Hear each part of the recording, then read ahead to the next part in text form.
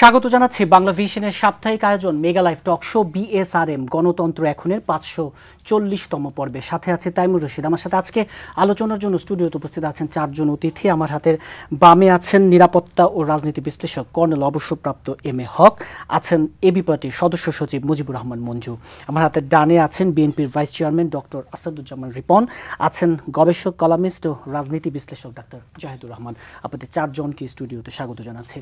দর্শক, বিএসআরএম গণতন্ত্র এখনের আজকের এই পর্বে আমরা আলোচনা করব। আমরা জানি নোবেলজয়ী অর্থনীতিবিদ প্রফেসর ডক্টর মোহাম্মদ ইউনূসের অন্তর্বর্তী সরকারের 100 দিন পার হয়েছে। কেমন ছিল এই 100 দিন, প্রাপ্তি অপ্রাপ্তির হিসেবটুকু মেলানোর চেষ্টা করব। আলোচনায় থাকবে নির্বাচনী রোডম্যাপ, নির্বাচনের অগ্রগতি কতটুকু। একজন উপদেষ্টা বলছেন 2026-এর মাঝামাঝি নাগাদ নির্বাচন। কেমন হবে এই নির্বাচনের যাত্রাটুকু এই নিয়ে আলোচনা করব। আলোচনায় থাকবে 3 মাস পর অর্থাৎ 100 দিন পর এসে ছাত্রদের সাথে রাজনীতিবিদদের কি কিছুটা দূরত্ব তৈরি হলো কিনা। বারবারই যে কথাটি বলা হচ্ছে জাতীয় ঐক্য, এই ঐক্যের জায়গাটি সংহত হবে কিভাবে, এসব নিয়ে আজকের বিএসআরএম গণতন্ত্র এখন। স্টুডিও আলোচনা শুরু করতে চাই নিরাপত্তা ও রাজনীতি বিশ্লেষক কর্নেল অবসরপ্রাপ্ত এম এ হক আপনাকে দিয়ে। আজকের দিনের সবচেয়ে গণমাধ্যমে সবচেয়ে ফলাও করে যে খবরটি প্রচার হয়েছে, বিএনপি চেয়ারপারসন বেগম খালেদা জিয়া 1 যুগ পর সেনাকুঞ্জে বেশ কিছু আবেগঘন ছবি প্রকাশ হয়েছে, হাস্যোজ্জ্বল ছবি। উপদেষ্টারা বেশ আবেগঘন স্ট্যাটাস দিচ্ছেন।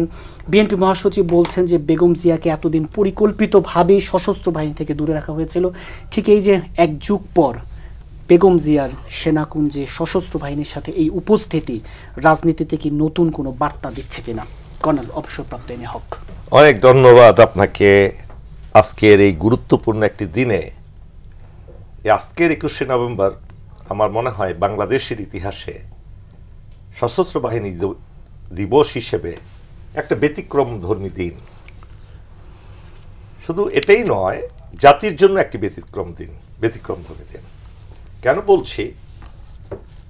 বিগত ফ্যাসিস্ট হাসিনা, যাকে আমি মানুষ বলে মনে করি না, ইন্ডিয়ার প্রেরিত একজন অত্যন্ত নিকৃষ্ট মানের রাজনীতিবিদ, তারা পাঠিয়েছিল তাদের এজেন্ডা বাস্তবায়ন করার জন্য। তাকে 2টো টার্গেট দেওয়া হয়েছিল, বাংলাদেশকে চিরতরে ইন্ডিয়ার হাতে তুলে দেওয়ার জন্য। 2টো জিনিসকে যদি বাংলাদেশে ধ্বংস করা যায়, দুর্বল করা যায়, তাহলে ইন্ডিয়া চিরদিনের জন্য বাংলাদেশকে তাদের কর্তৃত্ব প্রতিষ্ঠা করতে পারবে। সেটা কীরকম? একটা হলো যে আদর্শের ভিত্তিতে 1947 সালে 2টো দেশ হয়েছিল এই উপমহাদেশে, পাকিস্তান এবং ইন্ডিয়া। ইন্ডিয়ার আদর্শ ছিল হিন্দুত্ববাদ, এটাই বাস্তবতা। পাকিস্তানের আদর্শ ছিল ইসলাম, এটা কেউ স্বীকার করুক আর না করুক। সেই ইসলামী আদর্শের উপর ভিত্তি করেই তো এই দেশ থাকার কথা ছিল এবং আছেও। 93% মুসলমানের এই আদর্শটাকে একটা জঙ্গি আদর্শে পরিণত করার জন্য, এর মাধ্যমে পুরো দেশের মানুষের মনোবলকে ধ্বংস করার জন্য এই কাজটি খুব সূক্ষ্মভাবে হাসিনা করেছে। দ্বিতীয়ত হলো আমাদের সেনাবাহিনী বা সামরিক বাহিনী, সশস্ত্র বাহিনী যেটা বলছি। এই সেনাবাহিনী কিংবা সামরিক বাহিনী কিন্তু হঠাৎ করে তৈরি হয়নি। এটা তৈরি হয়েছিল পাকিস্তান প্রতিষ্ঠিত হওয়ার পরে 15ই ফেব্রুয়ারি 1948 সালে। আমাদের কর্মীটোলায়, যেটাকে দারোগা বাড়ি বলা হয় এখন, জলশিরির অফিস, সেখানে তৎকালীন পাকিস্তানের সকল সদস্য মন্ত্রী পরিষদের ছিলেন। আইয়ুব খান, ব্রিগেডিয়ার আইয়ুব খান ছিলেন সেখানে ব্রিগেড কমান্ডার এবং eastern commander. East Bengal, first east Bengal প্রতিষ্ঠার মাধ্যমে আমাদের সামরিক বাহিনীর সূচনা হয়েছে। যদি কিছু মনে না করেন, শুরুতে আমাদের একটি নির্ধারিত বিরতি থাকে, সেই বিরতির আগে একেবারে ছোট করে চারজনের কাছে একটু শুনতে চাচ্ছি, পরে আরো এই বিস্তারিত আলোচনায় যাব। আজকের দিনের এই যে জায়গাটি বলছেন, ছোট করে যদি 1 মিনিটে। এই জন্য এই বিগত 15 বছরে হাসিনা পুরো আর্মিটাকে ডিভাইড করে ফেলেছিল। এখান থেকে অসংখ্য অফিসারকে সে বিনা কারণে বাড়িতে পাঠিয়েছে, হত্যাযজ্ঞ করেছে। বিডিআরের 25 এবং 26শে ফেব্রুয়ারি 57 জন চৌকস অফিসারকে নৃশংসভাবে হত্যা করেছে। এরপর শুধু এখানে থেমে নাই, সেটা হলো সার্বভৌমত্বের প্রতি প্রথম আঘাত বাংলাদেশে। সেই আঘাতের পরে একের পর এক অসংখ্য অফিসারকে, প্রায় 800 অফিসারকে সে বিনা কারণে বাড়িতে পাঠিয়েছে। এবং এমন একটা পরিস্থিতির সৃষ্টি করেছিল, দেশকে যেমন ডিভাইড করেছে জনগণের মধ্যে স্বাধীনতার পক্ষ এবং বিপক্ষ বলে, ঠিক সামরিক বাহিনী তো এটা করেছে। সে তা যারা তাদের পদলেহী তাদেরকে রেখে, সবাই করতে পারেনি, বাট যারা দেশের প্রকৃত দেশপ্রেমিক অফিসার, যারা বিডিআর হত্যাকাণ্ডের প্রতিবাদ করেছিল, তাদেরকে নির্মমভাবে সে বাড়িতে পাঠিয়ে দিয়েছে। এখানেই নয়, এই বিগত 15 বছরে এই সশস্ত্র বাহিনী দিবস, যেটা আমাদের জন্য একটা প্রাইড, সেই প্রাইডটাকে ধ্বংস করার জন্য আমাদের মতো অফিসারদেরকে তো শুধু নয়, আমাদের নেতৃস্থানীয় যারা দেশপ্রেমিক খালেদা জিয়ার মতো তাদেরকেও দাওয়াত দেওয়া হয়নি, বরঞ্চ তাদেরকে গৃহবন্দী কিংবা জেলখানায় পাঠানো হয়েছিল। রাজনীতিবিদদেরকে দাওয়াত দেওয়া হতো না, অথচ সেখানে ইন্ডিয়ার শতভাগ এজেন্টগুলোকে সেখানে বসায় রাখা হতো এই সেনাকুঞ্জে। তো সুতরাং সেটাকে বাদ দিয়ে জেনারেল ওয়াকারুজ্জামান যে একটা আদর্শ সৃষ্টি করেছেন, যে নতুন একটা ট্রেডিশন আবার নতুন করে চালু করলেন, পুরাতন ট্রেডিশনকে নতুন করে আবার চালু করলেন, এটা একটা অত্যন্ত সাহসিকতার পরিচয় দিয়েছেন আমাদের বাংলাদেশের সেনাপ্রধান। জি, আবার আপনার কাছে ফিরবো। ডক্টর আসাদুজ্জামান রিপন, বিএনপির ভাইস চেয়ারম্যান, বিএনপির এই যে করেন হক বলছিলেন যে একটি ঐতিহ্য ফিরিয়ে আনা, এই যে আগের যে রেওয়াজটা, যেটা দীর্ঘদিন এটা ভেঙে চুরমার করে দেওয়া হয়েছিল, এই জায়গাটিতে আপনি। ধন্যবাদ আপনাকে। প্রথমে যেটা বলতে চাই, বাংলাদেশ সশস্ত্র বাহিনী তারা অত্যন্ত একটা গুরুত্বপূর্ণ সিদ্ধান্ত নিয়েছেন সাবেক প্রধানমন্ত্রী বেগম খালেদা জিয়াকে আমন্ত্রণ জানিয়ে। আমি যতদূর বুঝতে পেরেছি, যতটা অনুভব করলাম, তাতে যেটা মনে যায় ওনাকে একেবারে হৃদয় নিংড়ানো ভালোবাসা বাংলাদেশ সশস্ত্র বাহিনীর তরফ থেকে দেওয়া হয়েছে। এবং আজকে যতগুলো ছবি ম্যাডামের দেখলাম, 18 সালের পরে, তো উনি তো ভার্চুয়ালি 18 সালের পর তো গ্রেপ্তারি ছিলেন, জনসম্মুখে আসেননি।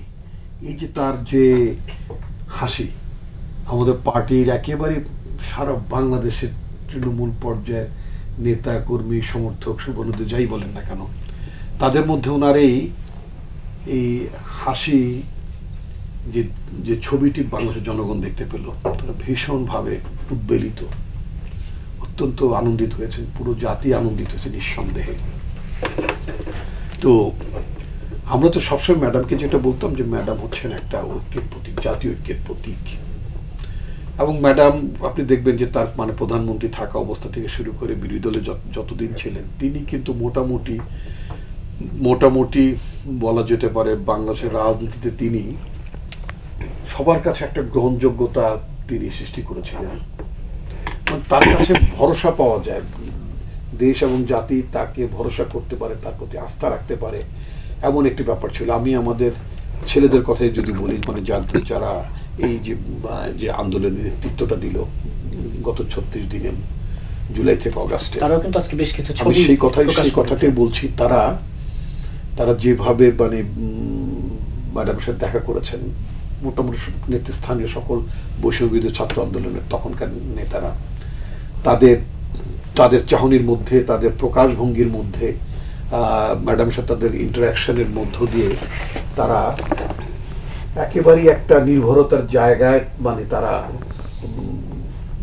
গিয়েছেন এবং তার প্রতি আস্থা রেখেছেন। যেমন একটি কথা বলেছেন যে, ম্যাডাম আপনি কেমন আছেন, মাহফুজ বোধে জিজ্ঞেস করেছিলেন, তো ম্যাডাম বলেন যে না, আমি শরীরটা ততটা ভালো না। তো বলছেন আপনাকে ভালো থাকতেই হবে। এই যে ভালো থাকতে হবে, ফর হোয়াট? ভালো থাকতে হবে দেশের জন্য, ভালো থাকতে হবে, মানে she is the symbol of the সভরেনিটি as well as, মানে তাকে কেন্দ্র করে মানুষ ঐক্যবদ্ধ হতে পারে, তাই না?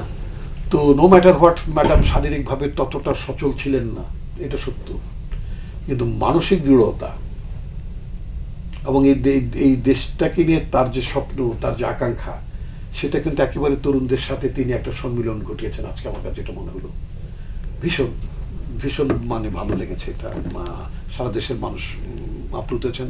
প্রধান উপদেষ্টা প্রফেসর মোহাম্মদ ইউনূসের প্রতি কৃতজ্ঞতা প্রকাশ করতে চাই। তিনি আমাদের দলের চেয়ারপারসনকে তিনি যথাযোগ্য সম্মান দিয়েছেন। আমাদের সেনাবাহিনীর মানে সেনাপতি যিনি আছেন, আমাদের সেনাবাহিনীর প্রধান,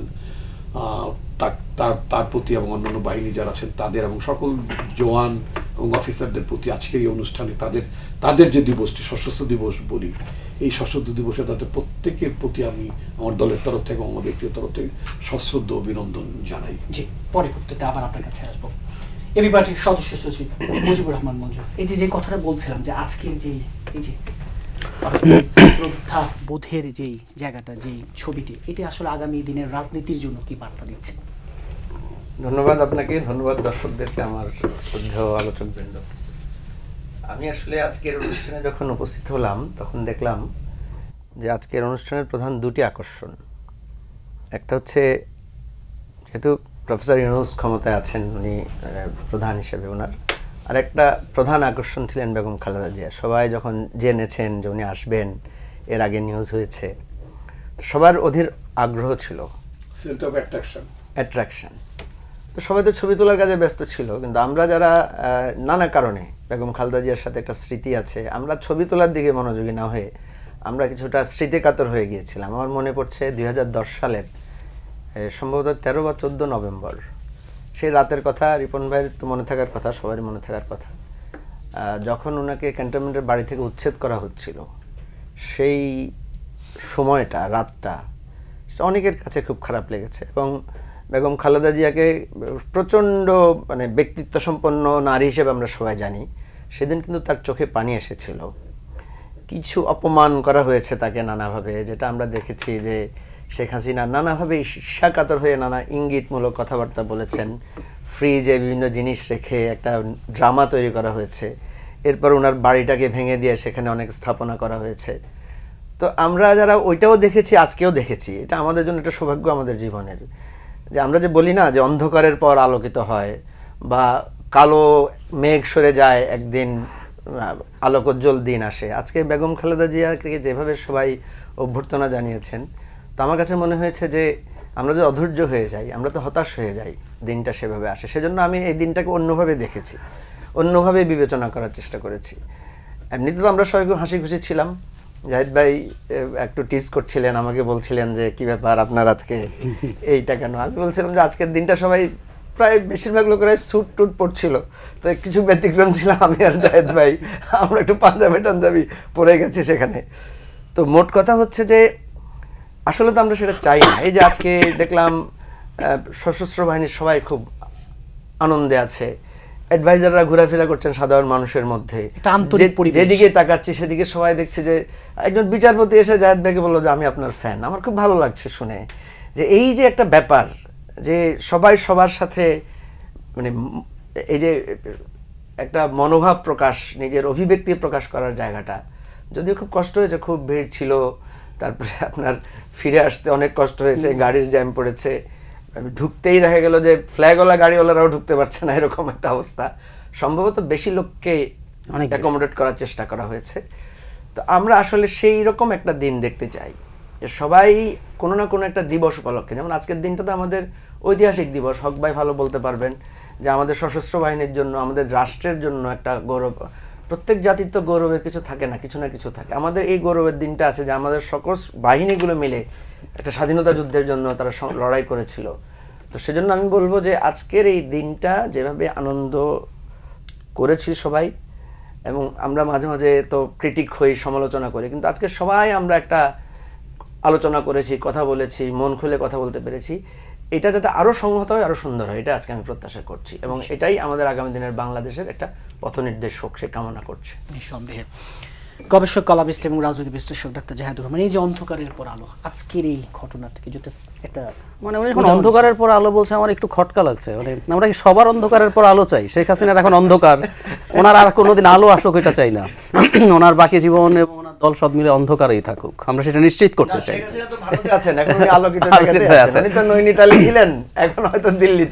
আচ্ছা, এখন আজকে এইটা নিয়ে ফেসবুকের একটা ফান একটু শেয়ার করার লোভ সামলাতে পারছি না। মানে একটা কার্টুন দেখলাম, পদ্মা সেতুর উপর থেকে শেখ হাসিনার কার্টুন ভাবে তাকিয়ে আছে, নিচে দুজন হাবুডুবু খাচ্ছেন, একজনকে টুস করে ফেলে দেওয়ার কথা ছিল, আরেকজনকে 2 চুবান দিয়ে তুলে আনবেন, মানে ডক্টর ইউনূসকে তুলে আনবেন। আজকে দুজন যখন বসে কথা বলছেন, এই কথাগুলো মনে পড়ছে। আমরা মানুষ তো, আমাদের একটু ভেতরে প্রতিশোধ পরায়ণতা এগুলো কাজ করে, যে কিভাবে হিউমিলিয়েট করেছেন, তাচ্ছিল্য করেছেন তিনি এই রকম দুজন রেসপেক্টেড মানুষকে। সেই মানুষগুলো আজকে এই দেশে বিজয়ীর বেশে বসে আছেন, আর উনি পালিয়েছেন, শি ফ্লেড বাংলাদেশ। সো এটাও খুব স্মরণে আসলো। একইভাবে ওই বাড়ির স্মৃতিটাও এর সাথে যুক্ত হতেই পারে।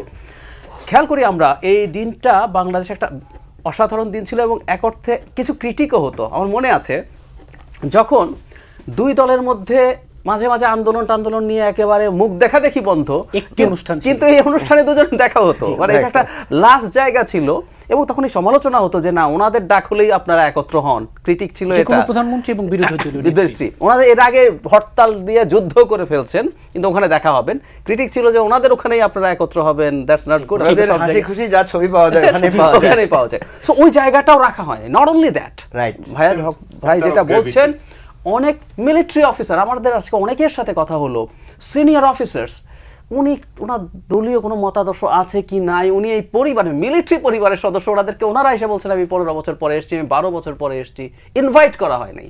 মানে একটা দেশকে কোন জায়গায় আসলে নিয়ে যাওয়া হয়েছিল, মানে প্রত্যেকটা ক্ষেত্রে বিভাজনের জায়গাটা কত প্রকট। মানে আমরা বাদ দিন, আমরা ঠিক আছে, আমরা দূরের মানুষ এক অর্থে, ওনারা তো মিলিটারি পরিবার যেটা, সেটাকেও ঠিক রাখা হয়নি, সেটাকেও ভেঙে ফেলা হয়েছে। আমি সারপ্রাইজ হয়েছি শুনে, ব্রিগেডিয়ার জেনারেল পরিচিত হলাম, বলছেন যে আমি এতদিন পরে এসেছি। I was so surprise to here that. তো খেয়াল করি আমরা এই পরিস্থিতি, আজকে আমার নিজের কাছে এটা একটা মানে আনন্দের সাথে এটা একটা আরেকটা এক্সপেরিয়েন্স যে এই দেশটা কোথায় গিয়েছিল। এই কথাগুলো আমি এই জন্য সবার সামনে বললাম, সবাই বুঝুক, সবাই জানুক।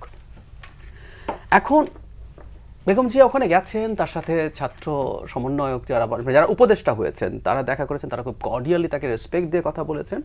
এবং আমি মনে করি যেটা সবচেয়ে জরুরি, বেগম খালেদা জিয়া সিম্বল হিসেবে, মানে ওনার শরীর কেমন, আমরা শুনেছি গত 18 সালে নির্বাচনের আগে বা পরেও, 18 সাল আগে প্রচুর শোনা গেছে যে উনি যদি মোটামুটি একটা ডিল নিতেন যে ঠিক আছে আমি তোমাকে এতগুলো সিট দিচ্ছি, মুক্তি সহ সব কিছু, ইটস এ প্যাকেজ। আমি তো ডাক্তারি করি না, কিন্তু ডাক্তার, সো ওনার লিভার সিরোসিস কী জিনিস, এটার কি কি থ্রেটস আছে আমি খুব ভালো মতো জানি।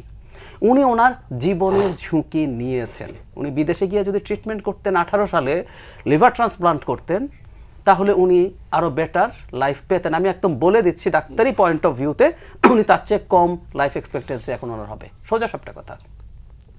ওনার একটা শান্ট সার্জারি করা হয়েছিল বিদেশিরা এসে, এটা ওনার কিছুটা বাড়াবে, কিন্তু লিভার ট্রান্সপ্লান্টের মতো না। কিন্তু এই 5-6 বছর তো ওনার বয়স বেড়েছে, হয়তো লিভার ট্রান্সপ্লান্ট করার জন্য উনি ফিটও আর নাও হতে পারেন, but she took the risk. একই কথা 11-11 সময় শেখ হাসিনা কিন্তু পালিয়েছিলেন, উনি আগেই পালান। বেগম খালেদা জিয়া যখন যান নাই, ওনার পালানোর ধাত আছে, কিন্তু তখনও পালিয়েছিলেন। পরে বেগম জিয়া যখন যান নাই, সে সাহসী হয়ে উনি দেশে ফেরত এসেছিলেন। সো বাংলাদেশে এই ওনার সমালোচনা হতে পারে, তো পৃথিবীতে তো কেউ আসলে ফেরেশতা না, ওনার শাসন, ওনার পদক্ষেপ, নানান কিছু সমালোচনা করতে পারেন, কিন্তু বাংলাদেশের মতো একটা দেশের গণতন্ত্র এবং এর যে লড়াই, আমরা আজকে ওনাকে দেখলাম এবং হাসতে দেখলাম, দ্যাট ওয়াজ ভেরি ভেরি। এই আলোচনা আবার ফিরছি বিরতির পর। দর্শক, বিএসআরএম গণতন্ত্র এখন একটি নির্ধারিত বিরতি, সাথে থাকুন, ফিরছি বিরতির পর।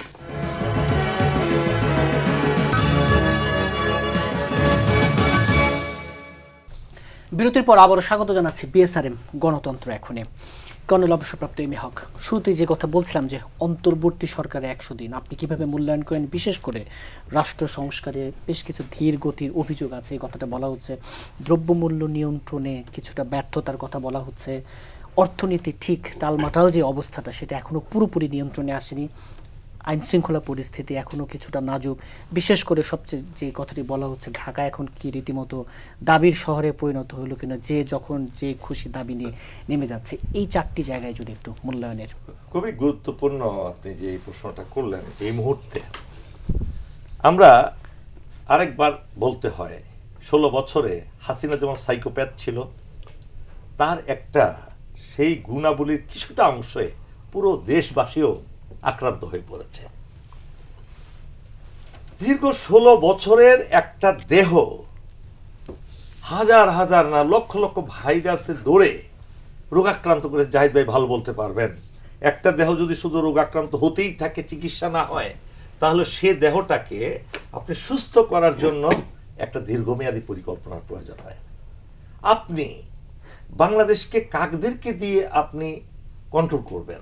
প্রথমত পুলিশ, আপনি দুষ্কৃতিকারীদেরকে বিগত 16 বছরে যারা হাজার হাজার অপরাধ করেছে, দেশের টাকা পাচার করে খালি করে দিয়েছে, ব্যাংক খালি করেছে, ব্যাংক লুট করেছে, অর্থনীতির 12টা বাজিয়েছে, তাদেরকে ধরবেন কাদেরকে দিয়ে? পুলিশকে দিয়ে।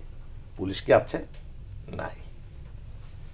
মাইন্ড ইউ, আপনি অর্থনীতি, টাকা না থাকলে আপনি এই অনুষ্ঠানও করতে পারবেন না, এই অনুষ্ঠানেও আপনি আমাদেরকে আমন্ত্রণ করতে পারবেন না।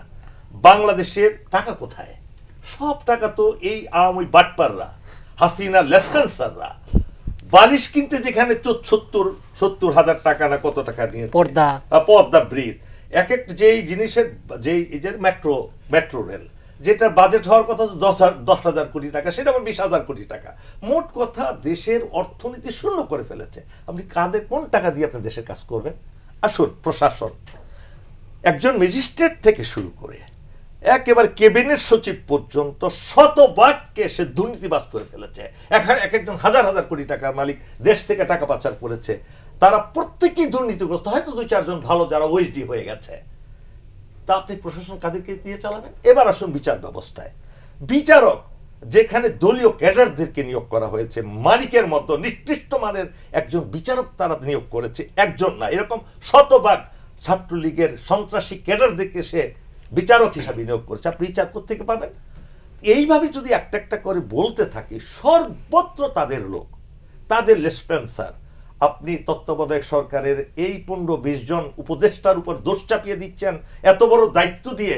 এক তো তাদের দেশ পরিচালনা করতে হচ্ছে, যেটা রিপন ভাইরা করেন, আবার এত বড় সংস্কার কাজ তাদের কাছ থেকে আশা করেন। আপনাদেরকে ধৈর্য ধরতে হবে, সময় দিতে হবে, এদেরকে কাজ করার সময় দিতে হবে। এদিকে মেরামত না করে আপনি অপারেশন করবেন কেমনি? আপনার ছুরি লাগবে, আপনার অপারেশন থিয়েটারের আপনার নিষ্ক্রিয় করার যে ঔষধপত্র সেগুলো লাগবে, সেগুলো তো আমাদের নাই। তো সুতরাং এই যে দ্রব্যমূল্য বাড়ছে, দ্রব্যমূল্য কমানোর জন্য যারা কাজ করবে তারা কারা? সুতরাং প্রত্যেকটা জায়গায় আপনাকে একটা স্পেস দিতে হবে, অপারেশন থিয়েটারের মধ্যে সবাইকে কাজ করার সুযোগ দিতে হবে। ঢুকিয়েই বলবেন না যে এখনই একদম রুগীকে ভালো করে ফেলেন। আমার কথা হলো, এই দেশটাকে ডক্টর ইউনূসের মতো একজন আন্তর্জাতিক খ্যাতিমান সম্পন্ন একজন লোককে, 84 বছর বয়সী একজন মানুষকে আপনি দিয়েছেন। তার বুদ্ধিমত্তা, তার মেধা, তার সব কিছু মিলে দেখুন, তার প্রত্যেকটা কাজ কিন্তু step by step he is doing it. এবং আপনি এটা মনে করতে পারেন এই বয়সে এসে একদম খ্যাতি সম্পন্ন একজন লোক কখনো এই দেশ পরিচালনায় ব্যর্থ হতে চাবেন না, এবং ব্যর্থ হবেনও না বটে, যদি আমরা তাদেরকে সহযোগিতা করি। সেই জন্য প্রয়োজন কি, রিপন ভাই সহ যারা এখানে রাজনীতিবিদ আছেন, মঞ্জু ভাই আছেন, সকল রাজনৈতিক দলগুলো মিলে এই অন্তর্বর্তীকালীন সরকারকে সহযোগিতা করতে হবে।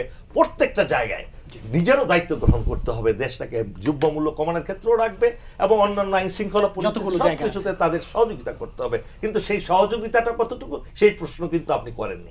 এই প্রশ্ন একটু পরে যাব। ডক্টর আসাদুজ্জামান রিপন, এই যে একটু ধৈর্য ধরতে হবে, সে জায়গায় বারবার বলা হচ্ছে বিএনপি কি কিছুটা ধৈর্য হারা হচ্ছে কিনা, এবং 100 দিনের। ধন্যবাদ আপনাকে। আসলে দেখেন, দেশটা তো রাজনীতিকরা চালানোর কথা, তো এটা ব্যর্থ ঘটলে তো সংকটটা হবে। যাদের হাতে পারমাণবিক অস্ত্রের ট্রিগারটা, তারা কিন্তু কেউ জেনারেল না, কেউ নোবেল লরিয়েট না, কেউ একাডেমিক না। ওই ট্রাম্প, বৃদ্ধ বাইডেন, অথবা ভারতের নরেন্দ্র মোদী, অথবা পাকিস্তানের কি জন্য পাকিস্তানে কিন্তু মিলিটারি চিফ, একটা ফানি ব্যাপার আছে, একটা দেশে পারমাণবিক ট্রিগার চিফের কাছে তো রাশিয়ার পুতিনের যে কথা বলতে পারি। এখন কথা হচ্ছে বাংলাদেশে এই যে সংকটটা তৈরি হলো তো আপনার একটা নির্বাচন না হওয়ার, ভালো নির্বাচন না হওয়ার কারণে।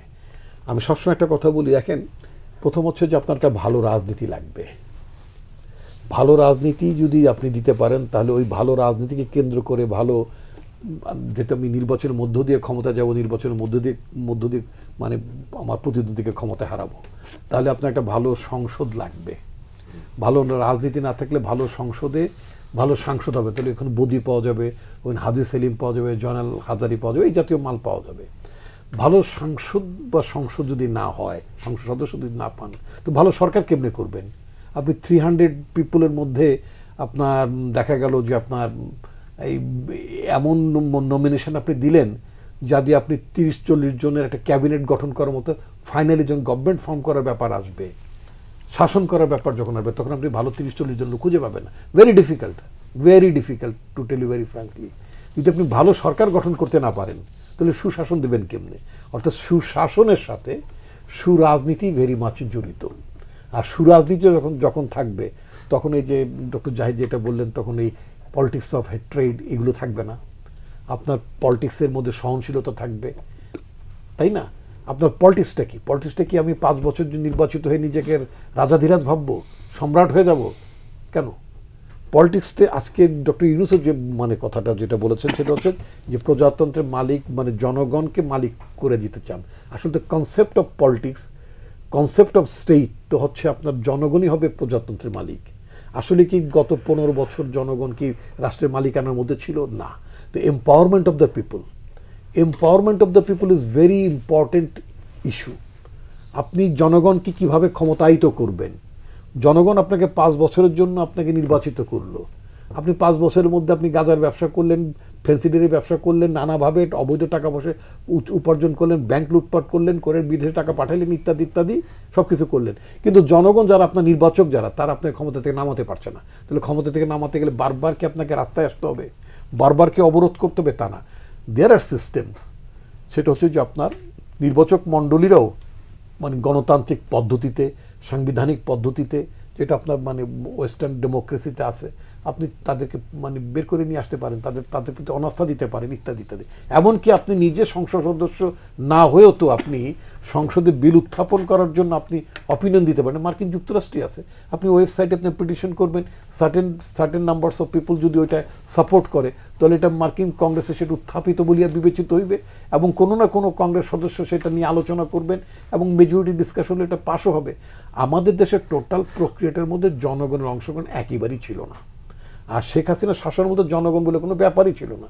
জনগণ যদি একটা ব্যাপার থাকতো, আপনি জাস্ট যদি ধরে নেন, বিকজ ভদ্রলোক দাবি করেছেন তিনি সিঙ্গাপুরের নাগরিক, I am talking about S আলমের কথা বলি, একটা বিদেশি নাগরিক ধরে নিচ্ছে, মানে সে তো নিজেই দাবি করেছে সিঙ্গাপুরের নাগরিক। প্রথম কথা হচ্ছে যে তিনি সিঙ্গাপুরের নাগরিক কিভাবে হলেন? আমরা জানি যে নাগরিকত্ব অর্জন করার কতগুলো পদ্ধতি প্রক্রিয়া আমরা জানি। আপনার ইনভেস্ট করলে, নানাভাবে ইয়ে করলে তখন আপনার পিআর পাওয়া যায়, পিআর থেকে কনভার্ট হয়ে তারপর সিটিজেনশিপ ইত্যাদি ইত্যাদি। তাহলে উনি বাংলাদেশের টাকা নিশ্চয়ই সরকারের অনুমোদন নিয়ে উনি বিদেশে বিনিয়োগ করেন নাই, তাহলে পাচার করেছেন। তাহলে প্রথম অভিযোগ তো তার বিরুদ্ধে ওইটা, যে তিনি দেশের সব টাকা পাচার করেছেন। এখন কত হচ্ছে ওনার দাবি অনুযায়ী উনি যদি সিঙ্গাপুরের নাগরিক হয়ে থাকেন, তাহলে একজন সিঙ্গাপুরিয়ান বাংলাদেশের 7-8টা ব্যাংকের মালিক কেমন হয়? এবং সরকারের গোয়েন্দা সংস্থার তৎকালীন যারা হুমরা চোমরা ছিলেন তাদেরকে এই সমস্ত ব্যাংকের ডিরেক্টরদেরকে ডেকে এনে কি ফর্ম বলে যে মালিকানা পরিবর্তনের, কি আমি তো ব্যবসা করি না, জানিও না, বুঝি না, তো এই আপনার ফর্মের উল্টো পাশে লিখে টিকে দেয় মালিকানা এক রাতে ইসলামী ব্যাংক অমুক 117 বা এরকম কিছু, হ্যাঁ এরকম একটা ব্যাংক ট্যাঙ্ক সব বদলে গেল। আচ্ছা, এবং এই লোকটি টাকা পাচার করে দিচ্ছে এবং বলা হচ্ছে তার শেয়ার বিক্রি করে দিয়ে 10,000 কোটি টাকা রিয়ালাইজ করে। তার মানে কত হাজার কোটি টাকা নিয়েছেন, তার মধ্য থেকে তার শেয়ারগুলো বিক্রি করে অনলি আপনি রিয়ালাইজ করতে পারবেন মাত্র 10,000 কোটি টাকা। তাহলে এই যে একটা, এটা তো সুশাসন তো প্রশ্ন, এটা কুশাসনের চোখ খারাপ কিছু ওয়ার্স্ট শাসন শেখ হাসিনা এটা কায়েম করেছিলেন। কর্নেল হক যেটা বলেছেন সেটা হচ্ছে যে তাকে তো যারা বসিয়েছে তারা পারপাসফুলি বসিয়েছে। উনি যেটা বলেছেন যে আমি সব দিয়েছি, আর কি দেব, মানে আর ভারতকে আমি সব দিয়েছি, কেন? আপনাকে সব দেওয়ার অথরিটি কে দিয়েছে? I did not any bargaining point, আমার তো ওর সাথে বার্গেন করার মতো সমস্ত পয়েন্টগুলো হারিয়ে ফেলছিলাম, তাই না? তো এই ধরনের পরিস্থিতিকে আপনার উত্তর পর্যন্ত আমি যেটা খুব সংক্ষেপে কয়েক সেকেন্ডে যেটা বলতে চাই, দেশ সহস্রাধিক মানুষ জীবন দিয়েছে, ইনক্লুডিং আমাদের শিশুরা, ছাত্র, শ্রমিক, নানা শ্রেণী পেশার লোকজন জীবন দিয়েছেন। 20 সহস্রাধিক মানুষ এখন পর্যন্ত আহত হয়ে তারা যন্ত্রণায় কাতরাচ্ছেন। এই এত স্যাক্রিফাইসেস, এই স্যাক্রিফাইসেসের বিনিময়ে আমি সার্টেনলি আমি অ্যাগ্রি করি, এটা ঠিক এই না যে এরকম একটি কালো মোবাইলের পরিবর্তে তার একটা কালো মোবাইল আসবে, নট দ্যাট। আমি নিঃসন্দেহে মনে করি যে একটা ইতিবাচক চেঞ্জেস আমাদের দরকার। সেই ইতিবাচক চেঞ্জেসের জন্য কিন্তু আমার নেত্রী বেগম খালেদা জিয়া তিনি ইনিশিয়ালি 10 দফা ঘোষণা করলেন, পরবর্তী দিন যখন কারাগারে গেলেন তখন আমাদের পার্টির সাথে অন্যান্য সকল রাজনৈতিক দলগুলোর সাথে আলাপ আলোচনা সাপেক্ষে ইট এক্সপ্যান্ডেড টু মানে আপনার 31 দফায় চলে গেল। আমরা কি বলছি, রাষ্ট্র মেরাত এবং সংস্কারের জন্য আপনার 31 দফা। আজকে যারা সংস্কারের কথা বলছেন, সংস্কার সার্টেনলি নিডেড, সংস্কার তো দরকার, এবং সরকার আমরা এই 31 দফায় সীমাবদ্ধ থাকবে না, আগামী 50 বছর, 100 বছর, 150 বছর পর আবার যুগের প্রতি সময়ের প্রয়োজন চলতে থাকবে। কিন্তু সংস্কার তো বিএনপির তরফ থেকে প্রথম বলা হয়েছিল যে সংস্কারগুলো আমরা চাই, সুতরাং আমাদের হারি না। আমরা আশঙ্কা করছি যে বাংলাদেশে একটি অনির্বাচিত সরকারকে দীর্ঘদিন প্রলম্বিত রাখার নামে যদি একটা অচলাবস্থা তৈরি হয়, অচলাবস্থার মধ্যে থেকে পিপলের মধ্যে যদি কোনো কারণে যদি ধৈর্যচ্যুতি ঘটে, তখন যদি আপনার ওই যে উনি তো একজন কি বলে চট করে চলে আসার জন্য ধান্দা থেকে করতেছেন। যদি ইতিহাস বলে না রাজা লক্ষণ সেন 816 বছর আগে একবার পেছন দরজা দিয়ে পালিয়েছিলেন ইখতিয়ারউদ্দিন বখতিয়ার খিলজির অভিযানের পরে। তো আমাদের ছেলে তো একটা ইখতিয়ারউদ্দিন বখতিয়ার খিলজি না, আমাদের কোটি কোটি ইখতিয়ারউদ্দিন বখতিয়ার খিলজি রাস্তায় নেমেছিলেন। তাদের চাপ, তাদের ভয় শেখ হাসিনা পেছন দিয়ে, উনিও ভাগ্যের নির্মম পরিহাস ওনার জন্য যে ওনাকে পেছন দরজা দিয়ে পালাতে হয়েছে। এখন ওনার সবচেয়ে ভালো হবে বাকওয়াজ বলে একটা শব্দ আছে, বাকওয়াজ কথাবার্তা না বলে চুপচাপ থাকা এবং নিজে বাকি জীবনটা ওনার যেখানে স্বস্তির দেশ যেটা সেখানে উনি থাকুন এবং উনি দেশের মানুষকে স্বস্তি দিন, অযথা ঝামেলা পাকানো কোনো দরকার নেই। বিচার করার জন্য মুজিবুর রহমান বিচার করার জন্য ডাকার প্রয়োজন নাই থাকে না। বিচার তো শোনেন, বিচার আলোচনায় আছে মুজিবুর রহমান মুজিব, যে সংস্কার না নির্বাচন, কতটা সংস্কারের পরে নির্বাচন, কবে নির্বাচন, এই বাস্তবতায় দাঁড়িয়ে একজন উপদেষ্টা ব্রিটেনে জানিয়েছেন, বলেছেন যে 2026 সালের মাঝামাঝি নাগাদ নির্বাচন। আপনি কি দেখছেন? আমি রিপন ভাইয়ের কথা একটু বলি, তারপর আপনার প্রশ্নটা ধরবো। রিপন ভাই বলছেন অধৈর্য হচ্ছেন কিনা। আসলে ওনাদেরকে শেখ হাসিনা অপরিসীম ধৈর্যের একটা প্রশিক্ষণ দিয়েছেন। 15 বছর ধরে ওনারা ধৈর্য ধারণ করেছেন। অনেকে ভেবেছিল যে বিএনপি দলটা ভেঙে যাবে, বিএনপির লোকেরা বিভিন্ন দলে চলে যাবে। 15 বছর যে বিএনপি ধৈর্য ধরেছে, সেই বিএনপির এখনকার কিছুটা অধৈর্য নিশ্চয়ই দুটো যুক্তি আছে। একটা হচ্ছে এতদিন ধরে ধৈর্য ধরেছিলাম, আর কত ধৈর্য ধরবো, এই ধরনের একটা প্রবণতা হতে পারে। আর একটা হতে পারে এতদিন ধৈর্য ধরেছি, একটা কঠিন সময়ে ঘরে থাকতে পারি নাই, জেলের মধ্যে কাটাতে হয়েছে, শত শত মামলা হাজিরা দিতে হয়েছে, এখন তো সেই অর্থে ভালোই আছে, সুতরাং ধৈর্য ধরবো না কেন। বিএনপি কোনটা নেবে সেটা তাদের ব্যাপার। আমি একটু, আপনি যে 100 দিনের কথা বলেছেন ওইটাও আর একটু বলি। আজকে আমি একটু অন্যভাবে আলোচনা করতে চাই, প্রতিদিনই তো এগুলো নিয়ে আলোচনা করছি। আজকে আমি আলোচনা করতে চাই এরকম, ধরেন এই 100 দিন যদি কেমন কেটেছে যদি আমরা ধরি, তাহলে আমি যদি বলি 50 থেকে 60 ভাগ মানুষের খুবই ভালো কেটেছে। ধরেন বিএনপি, জামাত বা আমরা যারা আছি, আমাদের তো এমন একটা অবস্থা ছিল আমরা নিজের ঘরে ঘুমাতে পারছি না, মামলা কি হবে। আমরা যখন জেলে গেছি তখন ভাবছি যে আর কখনো স্বজনদের সাথে দেখা হবে কিনা। রিপন ভাইয়েরা মানে মামলার পর মামলা হাজিরা দিয়েছেন, উনি বলেছেন যে উনি আর বেঁচে থাকবেন কিনা, এই ধরনের ইয়া ছিল। আর ডাক্তার জাহেদ তো এমন এমন কথা বলতেন যে আমরা ভাবতাম ওনার একটা ভালো ঝুঁটি আছে, ওনাকে হয়তো ঝুঁটি ধরে কখন ওনাকে আবার জেলে পুরে দেয়।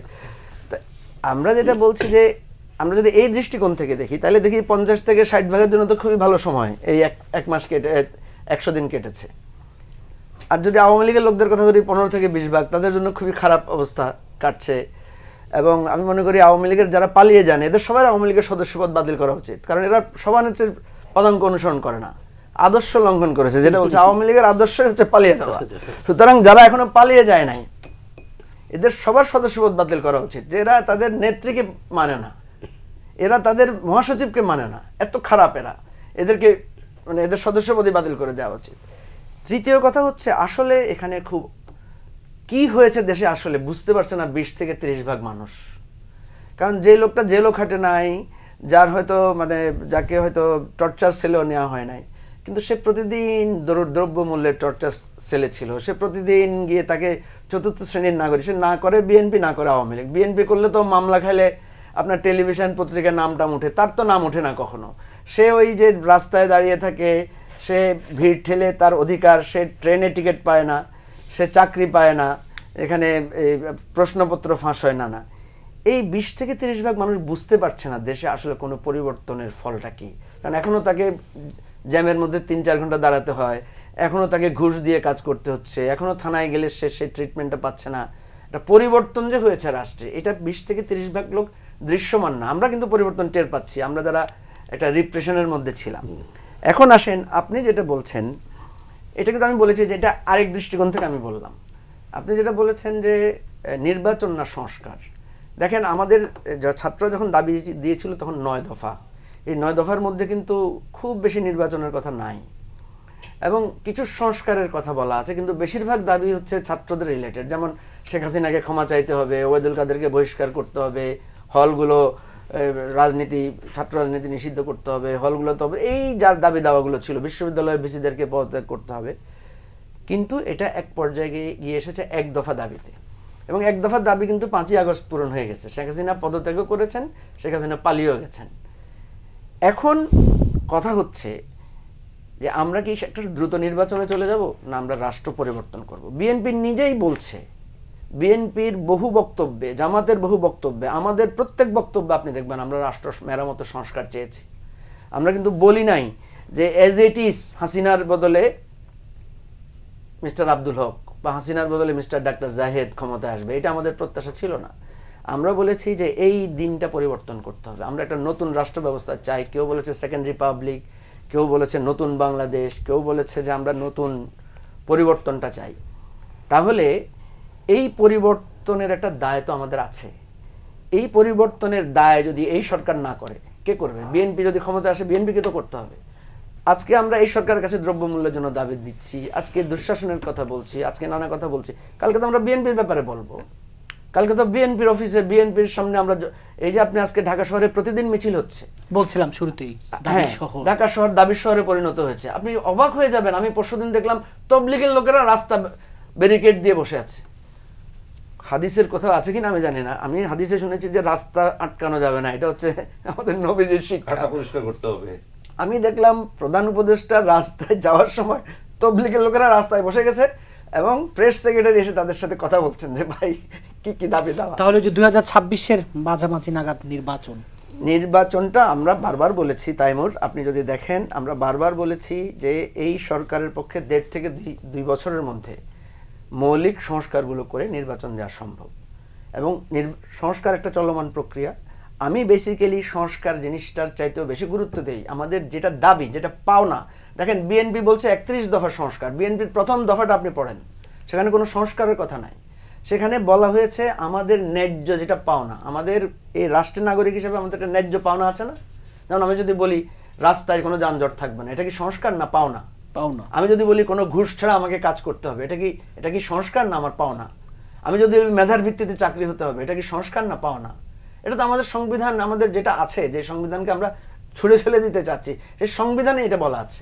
তো সেই জন্য আমার কথা হচ্ছে যে 1.5 বছর হোক, 2 বছর হোক, যা লাগে আমাদের মৌলিক কিছু সংস্কার করলে বিএনপিকে আমি বলবো যে আপনাদের অনেক অবদান, আপনারা অনেক কিছু হারিয়েছেন, আবার গত 100 দিনে আপনারা পেয়েও গেছেন অনেক কিছু। এই যে যেমন আজকে খালেদা জিয়া গেলেন, আজকে তো আমরা আমাদের কাছে আর পুরানো, এখন আপনি পুরানো স্মৃতির কথা বলতে কেউ তারা আজকের দিনটাকে বেশি তাদের মনে হবে, পরের আগের দুঃখগুলো অনেক ম্লান হয়ে যাবে এখন। তো সেজন্য বলছি যে আমাদের এখানে আমরা যেভাবে মানে আমি কথাটা একটু লম্বা হয়ে যাচ্ছে, তারপরও বলি যে 5ই আগস্টে আওয়ামী লীগের সব অফিস কারা জ্বালিয়ে দিয়েছে? একজনকে আমরা প্রতিবাদ করেছি যে আওয়ামী লীগের অফিস জ্বালিয়ে দেওয়া হয়েছে, এটা অন্যায় হয়েছে, এটা গণতান্ত্রিক অধিকার ভাগ হয়েছে। এখন আমরা ভাগ হয়ে যাচ্ছি কেন? এখন আওয়ামী লীগকে নির্বাচন আনতে হবে, আওয়ামী লীগের গণতান্ত্রিক অধিকার। তো আওয়ামী লীগের অফিসগুলো যখন জ্বালিয়ে দেওয়া হয়েছে, আওয়ামী লীগের নেতাদের বাড়িতে গিয়ে যখন তাদের এই কালো টাকা উদ্ধার করা হয়েছে, বস্তা বস্তা টাকা, তখন তো কেউ এই অধিকারের কথা বলেন না। আজকে কেন বলছেন? সেই জন্য বলছি যে আমাদেরকে ঐক্যবদ্ধ থাকতে হবে একটা জায়গায়, যে ফ্যাসিজমকে আমরা উৎখাত করেছি, আমরা আওয়ামী লীগকে উৎখাত করি নাই। আমরা কোনো রাজনৈতিক দল আওয়ামী লীগের অধিকার ক্ষুণ্ণ করছি না। আমরা একটা দস্যু, আমরা যখন একটা দস্যুকে শাস্তি দেই, একজন খুনিকে যখন শাস্তি দেওয়া হয় তখন কোনো মানুষকে শাস্তি দেওয়া হয় না, খুনিকে শাস্তি দেওয়া হয়। এই জন্য এই জিনিসটা বুঝতে হবে এবং এই জিনিসে সবাইকে ঐক্যবদ্ধ থাকতে হবে। ডাক্তার জাহেদুর রহমান, আপনি নিজেও তো নির্বাচন ব্যবস্থা সংস্কারে কমিশনে আছেন, এখন সরকারের অংশ। এই যে আমি বলছিলাম যে সংস্কার না নির্বাচন, ডক্টর আসাদুজ্জামান রিপন বলছিলেন যে তাড়াহুড়ো নয়, কিন্তু একটু ধৈর্য চ্যুতির শঙ্কা আছে, সেখানে আবার চট করে চলে আসার শঙ্কা আছে। সেই জায়গায় দাঁড়িয়ে আসলে ঠিক নির্বাচনটাই যে 2000 উপদেষ্টার এই বক্তব্যকে যদি আমি ধরি 2026-এর মাঝামাঝি নাগাদ নির্বাচন আসলে সম্ভব কিনা, এর মধ্যে সংস্কার শেষে যেই সংস্কারগুলো কথা আমরা না, যে সংস্কারগুলো দিয়ে ইনফ্যাক্ট আমি খেয়াল করবেন যে ডক্টর ইউনূস সংস্কার নিয়ে মানে এমন একটা অদ্ভুত সমস্যা হয়েছে, সংস্কার মানে ঢাকা না দিল্লি, ঢাকা ঢাকা, মানে সংস্কার না নির্বাচন, এখন এরকম স্লোগান শুরু হয়ে যাবে মনে হচ্ছে। মানে দুটাকে মুখোমুখি নিয়ে আসার চেষ্টা করা হয়েছে মানুষ যেভাবে অনুচিত। ডক্টর ইউনূস বেশ কিছু ইন্টারভিউ দিচ্ছেন, গতকাল বাংলাদেশি দুটোতে, এর আগে আল জাজিরাতে কথা বলেছেন, উনি খুব প্লেনলি একটা কথা বলছেন। সুতরাং সংস্কার কি, মানে উনি ওনার কথার মধ্যে আমি কোনো ইনকনসিস্টেন্সি একবারের জন্য দেখি না এই পয়েন্টে। উনি ক্লিয়ারলি বলছেন কমিশনগুলো রিপোর্ট দিবে। আবার ওনাকে একবার প্রশ্ন করছেন ডেলিস্টার মিস্টার মাহফুজ আনাম এখন তো কমিশন 11টা, উনি বলছেন না প্রথম যে 6টা হয়েছে ওই 6টাই ইলেকশনের সাথে রিলেটেড বেশি, ওটাই। আচ্ছা রিপোর্ট দেবে, উনি বলছেন রিপোর্ট নিয়ে সবার সাথে বসবেন, পলিটিক্যাল পার্টিজ আছে, আদার স্টেক হোল্ডার্স আছে, আরও যারা যারা আছে সিভিল সোসাইটি সবার সাথে বসবেন। বসে উনি বলছেন, ওনার ভাষাটা আমি বলি, মানে কেন এই কনফিউশন আমি আসলে জানি না, এটা আমি সরকারের অংশ হিসেবে বলছি না, আমি দূর থেকে একজন দর্শক হিসেবে বলছি, আমি সরকারের অংশ নই, আমি সরকারের অংশ নই না না। আচ্ছা তো যেটা বলছিলাম, তো ওখানে উনি বলছেন যে সবাই মিলে যদি একমত হয় যে এই 10টা করব, বাকিগুলো পরের সরকার করবে, ফাইন। যদি শেষ পর্যন্ত একমত হয় একটা করে ফাইন, আমরা নির্বাচন দিয়ে দেবো। উনি ডেইলি স্টারকে উনি বলছেন নির্বাচন দিতে 90 দিন লাগবে, we are ready for that. তো ওনার মধ্যে তো কোনো কনফিউশনই কিছু নেই। তবে উনি বলছেন দলগুলোকে ক্লিয়ারলি বলতে হবে, যেমন বিএনপিকেও বলতে হবে যে আমরা কোনো সংস্কার টংস্কার চাই না, নির্বাচন দিয়ে দেন। কথাটা বোঝা গেল? সো সরকারের দিক থেকে আমি কোন রকম, বিএনপি তো বলছে একটা রূপরেখা দেন, সেটা দিচ্ছেন না কেন? আমি কারণ আছে, এবং সেটারও ব্যাখ্যা আমি সরকারের বক্তব্য থেকে পাই। সেটা হচ্ছে আপনি কতটুকু সংস্কার করবেন। কথার কথা, বিএনপি সহ তো এমনও হতে পারে যে তারা যথেষ্ট পরিমাণ রিফর্মে অ্যাগ্রি করলেন, যে রিফর্ম করতে ধরুন আরো 1 বছর 1.5 বছর 2 বছরও লাগবে, তাত্ত্বিকভাবে বলছি। সো ওই কতটুকুতে একমত হচ্ছে সেই জিনিসটা তো জানা গেল না। সো সরকারের ভাষ্য মতে জানুয়ারির শেষের দিকে মোটা দাগে আপনি আসলে বুঝে যাবেন কি হতে যাচ্ছে। আমি আপনাকে বলি, ধরেন সরকার বলছে যে বিএনপি এটা চাচ্ছে না, এটা চাচ্ছে, তাহলে সরকার কেন বিএনপিকে বলছে না যে আপনারা কোন কোন জায়গায় রিফর্ম চাচ্ছেন আমাদেরকে বলেন? না, ওটা রিপোর্ট, একটা দুটো ব্যাপার আছে। আমি আবার একটা জিনিস জরুরি মনে করি, এই যে সরকার, আপনি প্রশ্ন করেছেন সরকার কমিশন কেন করেছে, এবং ডক্টর ইউনূস যতটা ছাড় দিয়ে উনি বলছেন যে আমরা কে, আমি ওনার এই বক্তব্যের সাথে কিন্তু দ্বিমত করি। আমরা কে বলার কিছু না, এই সরকারটা কিন্তু তত্ত্বাবধায়ক সরকার না। উনি কমিশন করেছেন কেন? কারণ এই সরকারটা একটা রক্তাক্ত গণ অভ্যুত্থানের মধ্য দিয়ে তৈরি হয়েছে, এর কিছু ম্যান্ডেট আছে, কিন্তু ম্যান্ডেট আছে, ইলেকট্রাল ম্যান্ডেট নেই কিন্তু তার ম্যান্ডেট আছে। সুতরাং উনি সংস্কারের নিজেরও চাওয়া থাকতে পারে। মানে চিফ অ্যাডভাইজার কেন বারবার বলছেন হু আর টু ডু দ্যাট, ছাত্র প্রতিনিধি যে উপদেষ্টারা তারাও কিন্তু বলছেন যে সরকারের দায় শুধু একটি নির্বাচন, এটা গেল। কিন্তু আমি চিফ অ্যাডভাইজারকে বরং দেখছি যে পুরো ইয়ে থেকে তিনি একটু বলে দেই, ওই যে আপনি যার রেফারেন্সে বললেন তিনি বলেছেন তার একটা বিপ্লবী সরকার, তারা একটা বিপ্লব করেছেন। whether it is Biplab or it is গণঅভ্যুত্থান, you must determine it first. আমি ওটা যেটা বলছিলাম, তো বিপ্লবের নানা স্তর থাকে, তো এটা বিপ্লবের সূচনা। তো যাই হোক, উনি যেটা বলছিলেন বিপ্লব করতে গেলে একটা বিপ্লবী পার্টি লাগে। সো ওনারা একটা বিপ্লবী পার্টি, ওনারা একটা বিপ্লবের আগে তো বিপ্লবী পার্টি, বিপ্লবের আগে বিপ্লবী পার্টি হয়, বিপ্লব করার পরে বিপ্লবী পার্টি হয় না ভাই। পরিবর্তনের নানা রকম হয় না, বিবর্তিত হয় তো রাজনীতি। আচ্ছা হ্যাঁ, যেটা বলছিলাম, তো সরকার এই কমিশনগুলো করতে পারে, এবং এই কমিশনে ইভেন সরকার এটাও বলতে পারে, আমি মনে করি, আমরা মনে করি এগুলো হওয়া দরকার। এই সরকারও কিন্তু একটা গুরুত্বপূর্ণ স্টেক হোল্ডার, কিন্তু কেন যেন চিফ অ্যাডভাইজারের কথায় আমি দেখি যে উনি যে একটা স্টেক হোল্ডার, এই আলাপটা দেখা যায় না। সো ওনাদের কিছু চাওয়া, বিএনপি তারগুলো বলবে সবগুলো, এবং আমি মনে করি বিএনপি বড় দল বলে যে আর কারো মঞ্জু ভাইদের গুলো বলবেন, এবং আমি মনে করি সেগুলো প্রত্যেকটা আমলে গণতন্ত্র মঞ্চ আছে, আদার পিপল, জামায়াত একটা গুরুত্বপূর্ণ সাপোর্ট পাওয়া দল আছে, ইসলামী আন্দোলন আছে, এদের সিগনিফিকেন্ট ভোট ব্যাংক আছে, তারা সবাই আসবে, কথা বলবে, চেষ্টা করা হবে, তারা ফ্যাসিলিটেট করার চেষ্টা করবে সবকিছু মিলে একটা জায়গায় আসা। সো আমরা জানুয়ারির শেষ নাগাদ আমি ধারণা করি একটা রোডম্যাপ পেয়ে যাবো। সো ওই সময় পর্যন্ত একটু ধৈর্য ধরাই ভালো। এখন সংস্কার না নির্বাচন বলে এই ক্ল্যাশটা এখন দরকার। একটা খেয়াল রাখার কথা, দেখছেন যখন এই নির্বিচারে মানুষ হত্যা হচ্ছিল পুলিশের মাধ্যমে, একটা বিশাল জনসংখ্যা কিন্তু চাচ্ছিল, বলছিল আর্মি কেন ক্ষমতা নেয় না। Can you remember? আর্মি যদি তখন ক্ষমতা নিত তাহলে কি বলতেন তখন আপনারা? এটা তো একটা প্রশ্ন। সবাই চাচ্ছিল আর্মি নেক। এটা আমি টকশো করি, আমার মন্তব্যের মধ্যে দেখেছি আপনারা কেন নিচ্ছেন না ক্ষমতা, যেমন আমি নিয়ে নিচ্ছি আর কি, এরকম। ক্ষমতা তো আর্মি নিয়েছে, নিয়ে প্রফেসর ইউনূসকে দিয়েছে আর কি। হ্যাঁ, ক্ষমতা তো নিয়েছে, নিয়ে আর প্রফেসর ইউনূসকে হস্তান্তর। না, আমি এটা দ্বিমত করি।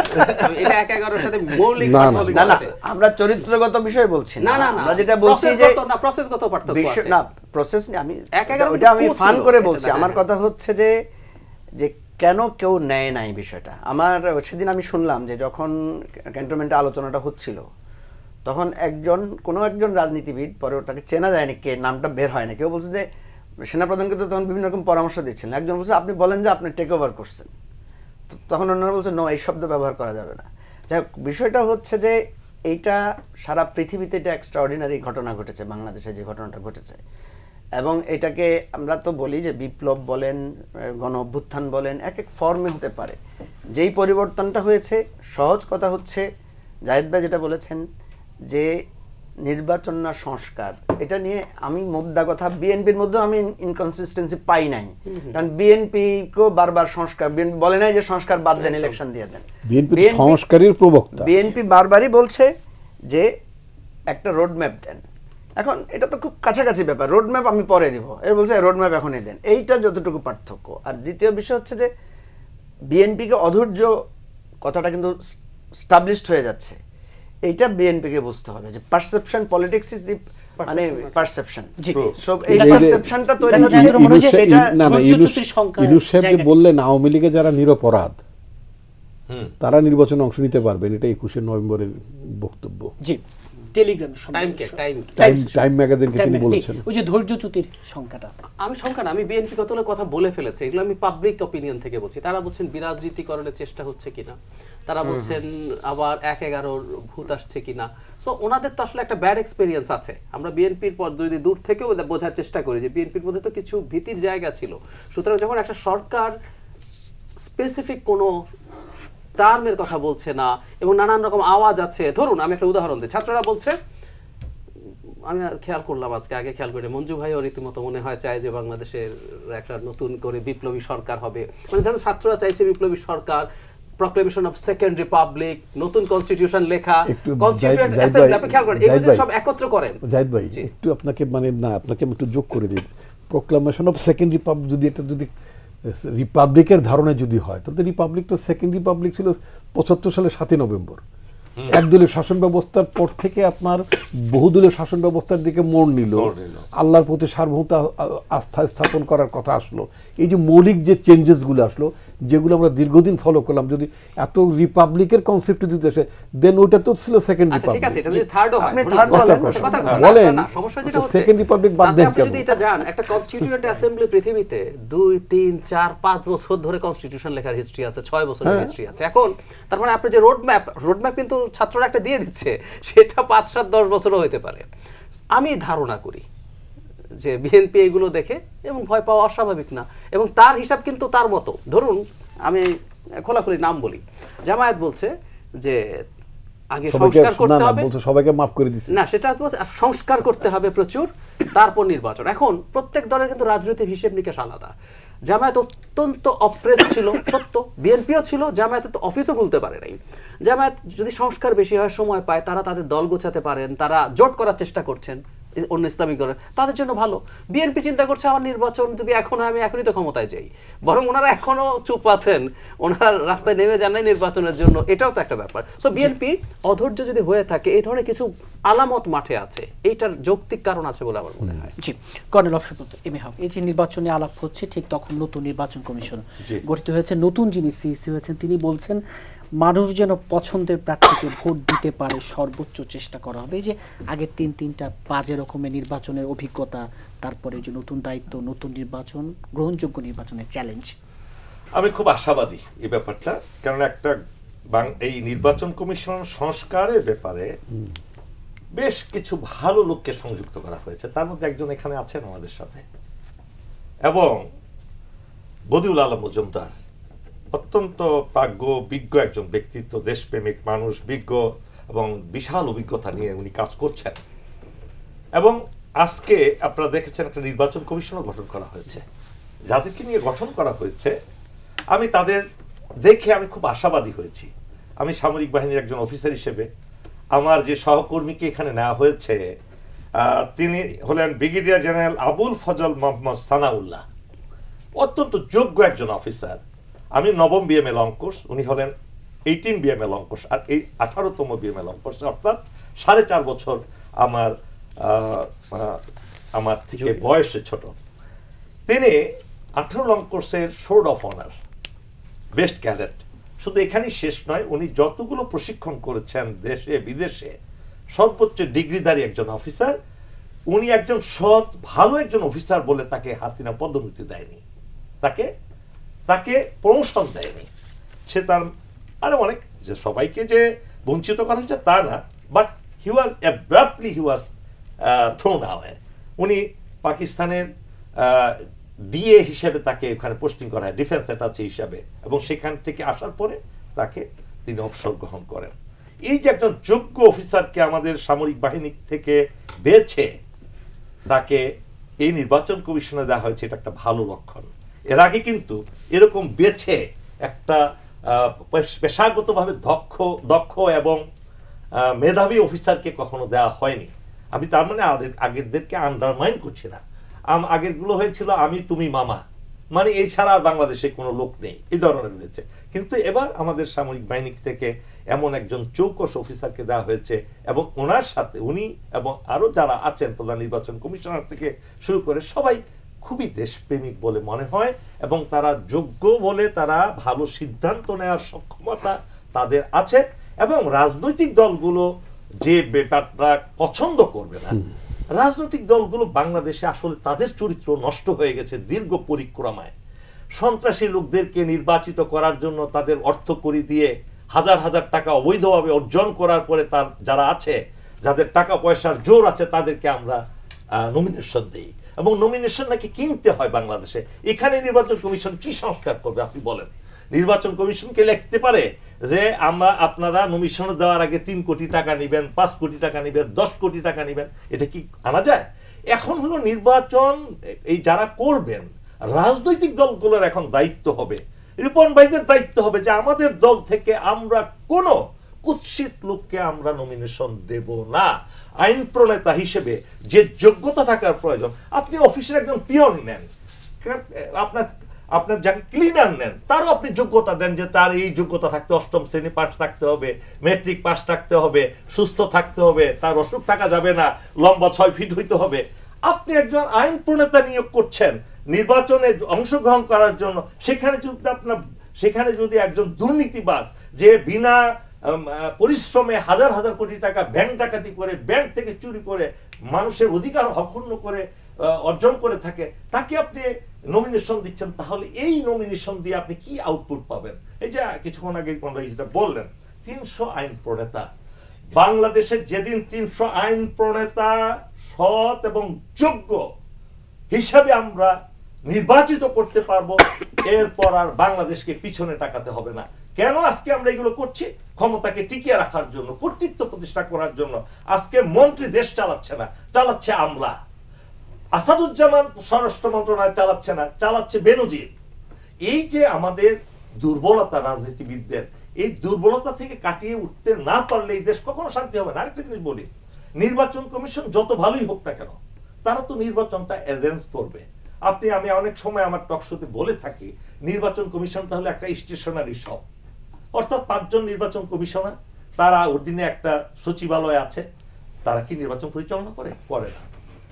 তারা ব্যালট বাক্স ছাপায়, ব্যালট বাক্স পাঠায়, কালি কলম এগুলো প্রেরণ করে, কিন্তু নির্বাচন পরিচালনা করে তো ওই যে আমলারা বসে আছে, ইউএনও অথবা আপনার যে ডিসি। তো তারা যদি সৎ না হয় তাহলে আপনি কি করবেন? এই সমস্ত জিনিসগুলো, এই প্রক্রিয়াগুলো আমাদের বুঝতে হবে, রাজনীতিবিদদের বুঝতে হবে। সর্বপ্রথম আমি মনে করি রাজনীতিবিদদের, রাজনৈতিক দলের নিজস্ব সংস্কার করতে হবে আগে, তাদের নিজস্ব আইন সংস্কার করতে হবে, নিজস্ব নেতৃত্ব সংস্কার করতে হবে। আজকে কয়জনকে কোন দল এক্সপেল করেছে বিভিন্ন দুর্নীতির কারণে? এই যে এখন যে চাঁদাবাজি হচ্ছে বিভিন্ন জায়গায়, আগের জায়গায় দখল করেছে নতুন দলগুলো এসে, কয়জনকে বহিষ্কার করা হয়েছে দেখাতে পারবেন? যেগুলো হুস্তির মতো দস্যু, যেগুলো আপনার এই সিগালের মতো দস্যু, যেগুলো হায়নার মতো দস্যু, ওই ধরনের রাজনীতিবিদদেরকে বলতে পারবেন রিপন ভাই তাদের দল থেকে কতজন বহিষ্কার করেছে? যারা হত্যা করেছে রাজনৈতিক কারণে তার প্রতিপক্ষকে, তারাও তো এখন রাজনীতি করে যাচ্ছে, আবার তারাই হবে বাংলাদেশে আবার আইন প্রণেতা। তাহলে পরিবর্তন কিভাবে হবে? পারবেন কি ডক্টর জাহেদ ফারুক, পারবেন কি বদিউল আলম মজুমদার, পারবেন কি আমাদের নির্বাচন কমিশন ওইগুলো প্রতিরোধ করতে? সুতরাং আপনি মনকে সংস্কার করেন, পার্টিকে সংস্কার করেন। আগে বলবো পার্টি আপনি নিজে সংস্কার করেন, তারপরে সরকারকে বলেন যে আপনারা এই সংস্কার কাজগুলো করেন। না, উনি যে কথা বলেছেন সেটা তো মানে যৌক্তিক কথাই বলেছেন। আমি বলতে চাই, যেমন আপনি দেখবেন শেখ মুজিবুর রহমান সাহেবের আমলে একটা বিখ্যাত বক্তৃতা ছিল ওনার। উনি বলতেন, আমি যদি কলা গাছ দাঁড় করিয়ে দিই তোমরা কলা গাছে ভোট দিবা। কথাটা খেয়াল করবেন। উনি 70 সালে যখন কি বলে আনপ্যারালেল নেতা, towering personality at that time, উনি বলতেছেন যে কলা গাছকে দাঁড় করালে কলা গাছে ভোট দিবা। তো হোয়াইট পলিটিশিয়ানস উইল প্রেফার কলা গাছ।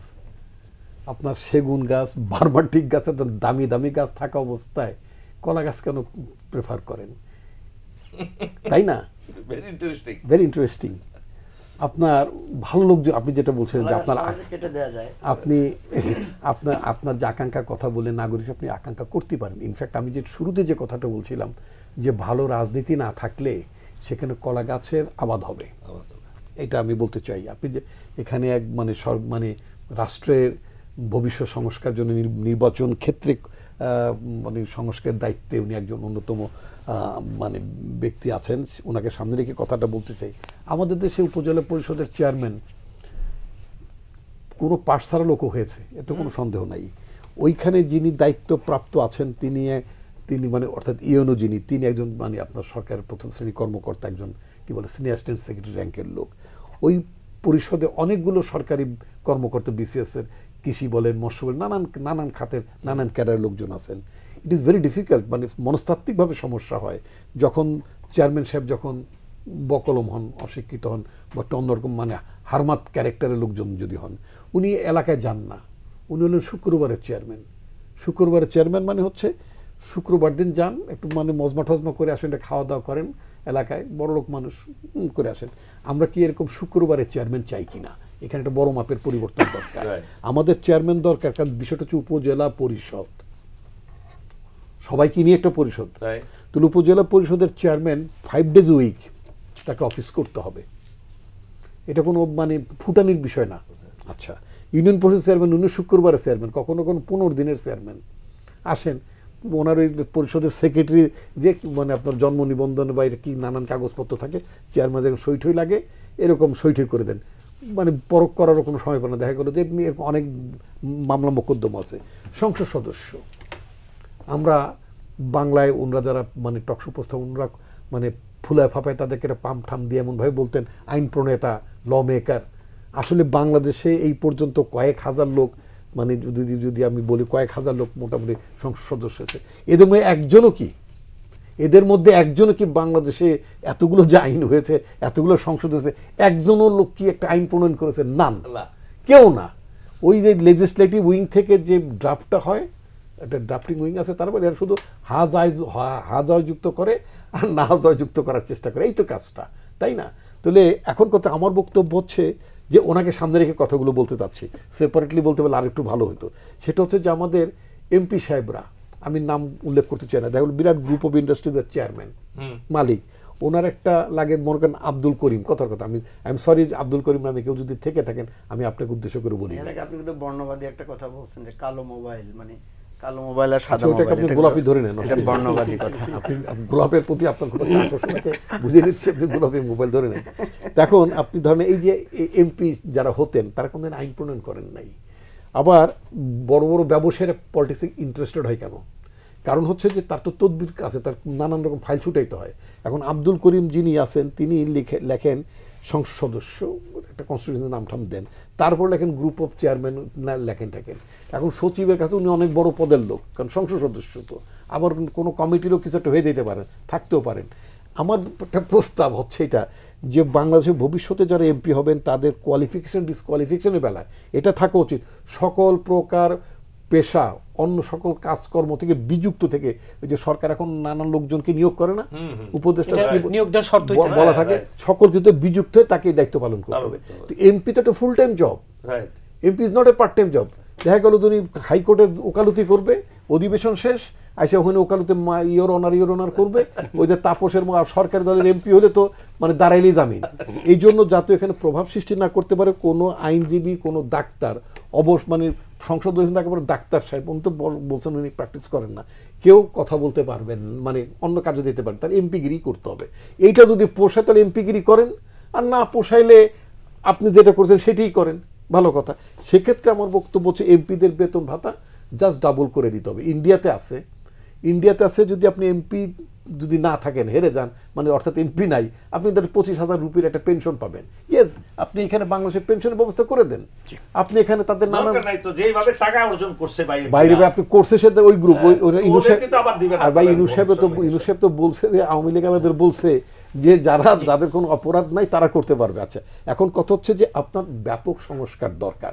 আমি একজন রাজনৈতিক কর্মী হিসেবে আমি মনে করি ওই চোরটা বাটবার বদমাইশ এবং কি বলে হারমাত টাইপের লোকজন যারা পাবলিক পারসেপশনে যারা কারাপ্ট, পাবলিক পারসেপশনে যারা দুর্বৃত্ত, এই জাতীয় লোকগুলো আইন প্রণেতা হলে এটা ভালো মানে না। যেমন আমি তো ছোট্ট একটু আমাকে 2 সেকেন্ড মেহরবানি করে দেন, আই এম টেকিং ফিউ মানে কি বলে নিচ্ছি। সেটা হচ্ছে যেমন আমার এলাকা যে আমার বাড়ি যেখানে মুন্সিগঞ্জের 2 ওখানটা পদ্মা সেতু আছে। আমার পদ্মা সেতুর ওই পার থেকে মানে 21টা জেলার সাথে কানেক্টিং পয়েন্ট, 21টি জেলা, ওখানে 2-3টা cantonment including Jessore cantonment, Lebukhali cantonment, তারপরে বোধহয় জাহানাবাদ ক্যান্টনমেন্ট আছে। তো 3টা ক্যান্টনমেন্টের জিওসি সাহেব যদি ঢাকা চিফের সাথে দেখা করতে আসেন বা কোনো কাজে আসেন, তাকে ওখান থেকে আসতে হবে। আচ্ছা, তারপর আমার এই পারে, আমার বাড়ি যেখানে মাওয়াঘাটের এই পারে, সেখানে একটা স্থাপনা আছে, সেখানে বোধহয় ব্রিগেডিয়ার জেনারেল র্যাঙ্কের কেউ আছেন। তারপর ওখানে আপনার 4-5টা বিভাগীয় কমিশনাররা আসেন ইত্যাদি ইত্যাদি, 21টি জেলার সংসদ সদস্যরা আসেন, হোয়াট এভার। আচ্ছা, এখন আমার কথা হচ্ছে কি যে আমি যদি ফরম্যাটে ওটা ভালো ক্যান্ডিডেট যখন ইফ আই ডোন্ট পুট যদি না দেই, ইয়েস আইনত জেনারেল সাহেব স্যার বলবেন বটে, কিন্তু তাকে তো অনেক হেজিটেন্ট হইতে হয়। এই জন্য পলিটিক্যাল পার্টিসগুলোকে চিন্তা করতে হবে যে আমি কোথায় কাকে বসাচ্ছি বা বসাবো, কাকে জনপ্রতিনিধি করব, তাকে কি মানে সবাই কনসার্ন লোকজন তাকে কি সম্মান করবেন, স্যালুট করবেন মন থেকে, নাকি পুঁথি পুস্তকের আইনি বইয়ের কারণে তাকে মানে স্যালুট করতে হবে। We have to follow those things. আমি যে কথাটি বলতে মুদ্রা কথা কনক্লুড করতে চাই যে এত লোকের জীবনের বিনিময়ে, এত ত্যাগের বিনিময়ে জাস্ট আমরা একটা কোনো আরেকটা সেট অফ পিপুল এমপি ছিল, another set of people MP হবে, a group of people মন্ত্রিসভা ছিলেন, another group of people মন্ত্রী হবে, not that. We need a qualitative change in the parliament, in the government, in the governing system as well. জি, মুজিবুর রহমান মঞ্জু, এই যে নির্বাচনে তো আলাপ হচ্ছে, কিন্তু শুরুতে আপনাকে বলছিলাম যে 100 দিন পরে বলি, 3 মাস পরে বলি, ঠিক যেই চেতনা থেকে এই গণ অভ্যুত্থান, এই আন্দোলন, নতুন বাংলাদেশ, সেই জায়গায় দাঁড়িয়ে ছাত্রদের সাথে যে আন্দোলনকারীরা, তাদের সাথে কি এখন রাজনীতিবিদদের কিছুটা দূরত্ব তৈরি হচ্ছে কিনা, যে জায়গাটা বারবারই বলা হচ্ছে ঐক্যটা সংহত করতে হবে? জি, ডক্টর জাহেদ একটু করে বলেছেন যে উনি কিছু স্পেসিফিক প্রমাণ বা ভাষা উল্লেখ করে বলেছেন যে হ্যাঁ কিছুটা মানে দ্বিমত পরিলক্ষিত হচ্ছে, এটা অস্বীকার করার উপায় নাই। তো আমি একটু মানে 2 প্রাজ্ঞলোকের আলোচনা থেকে বলি, তারপরে ওই জায়গাটাই বলছি। আমরা যে বারবার বলছি রাজনৈতিক দলগুলোর পরিবর্তন দরকার, তাদের সংস্কার দরকার, কিন্তু আসলে বলা উচিত কি কি সংস্কার দরকার, আমাদের এটা বলা উচিত।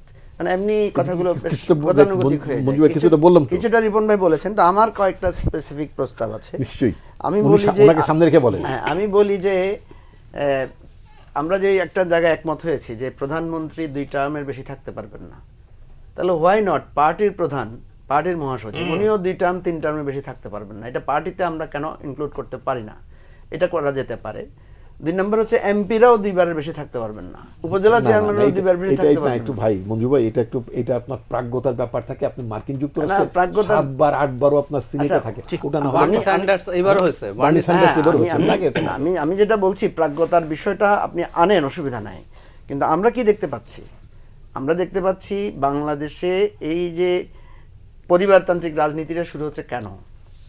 আপনি আমেরিকাকে ফলো করবেন কখন? যখন আমেরিকার সব কিছুকে আপনি ফলো করবেন। আপনি শুধু ওই তার ওখানে 5 বার এমপি হচ্ছে ওইটা ফলো করছেন, কিন্তু আপনি কেন মনে করছেন না আমার এখানে একটা বার্নি স্যান্ডার্স কেন তৈরি হচ্ছে না? আমার এখানে তো তৈরি হচ্ছে বাপের ছেলের পরে ছেলে, 2বারের পর তো ছেলেই আসবে।